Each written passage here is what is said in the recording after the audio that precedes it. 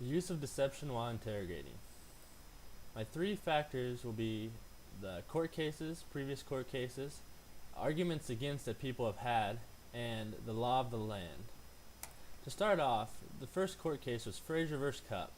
During an interrogation, an officer lied to the suspect, saying his cousin had confessed to the possession of cocaine with intent to sell, and then it was also implicated him. This made the suspect confess, hoping to receive a lighter sentencing, which then was taken to the Supreme Court to determine if it was within the Constitution for officers to lie to suspects. The court decided that it was within the Constitution, that it is okay, because it helps them and it doesn't go against any of the laws that are written in the Constitution. People's first arguments were said that it was against the Miranda rights, and that none of your personal rights. But the problem is that none of your personal rights involved the police being honest with you. The Miranda rights state that you have the right to an attorney, which make you aware that you might want someone there to help protect you.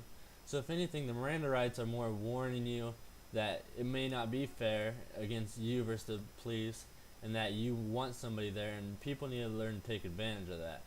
Because the Miranda rights do not talk about how the police can interrogate you in such a way as if they lie or don't lie.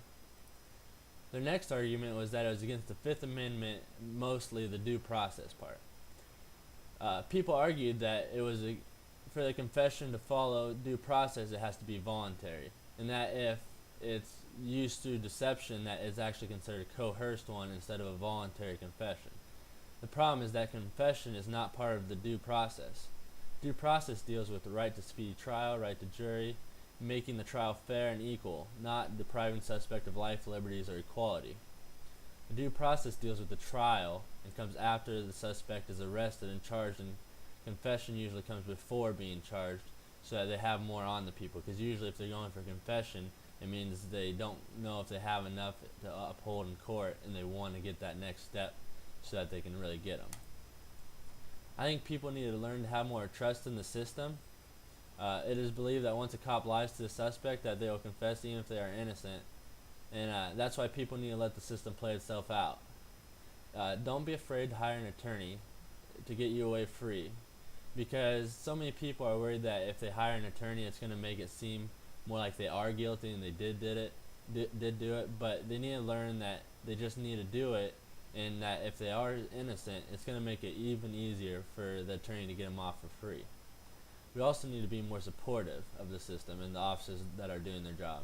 They have lots of pressure on them to catch the bad guy fast, and if they don't do it fast, they get picked on, and people abuse them with words, saying that they aren't doing their job, aren't getting things accomplished fast enough.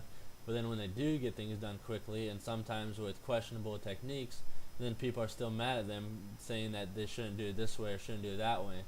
And so it really makes it hard for them to do their job. The last argument people have made is ethics. To a lot of people, it's unethical to lie, and to have our officers doing so is even worse. Sometimes, though, ethics have to be looked past. In time of war, people kill one another, and yet we still go to war. But killing is almost as unethical as it can get. This just shows that sometimes ethics have to be kind of bended, because it's just how we need to be to succeed in this world. The world may be unethical and people may not support that, but that's how it is these days, and that we have to live through it that way, otherwise we won't get anything accomplished. Then finally, the Constitution has proved that this is okay. In America, when actions are in question, the most important thing is the Constitution. And the Constitution will always be a deciding factor in whether something should be done or not. And since the Supreme Court, which is considered the law of the land in America, has already ruled police deception as constitutional, there should be no doubt that police should continue to use it as an effective way to lock up the bad people in our country. So in conclusion, the law of the land has already said that it is okay and that it is right. All the arguments can be shot down and proved otherwise through people and the law of the land. And previous cases show that it is okay and that it is allowed in America.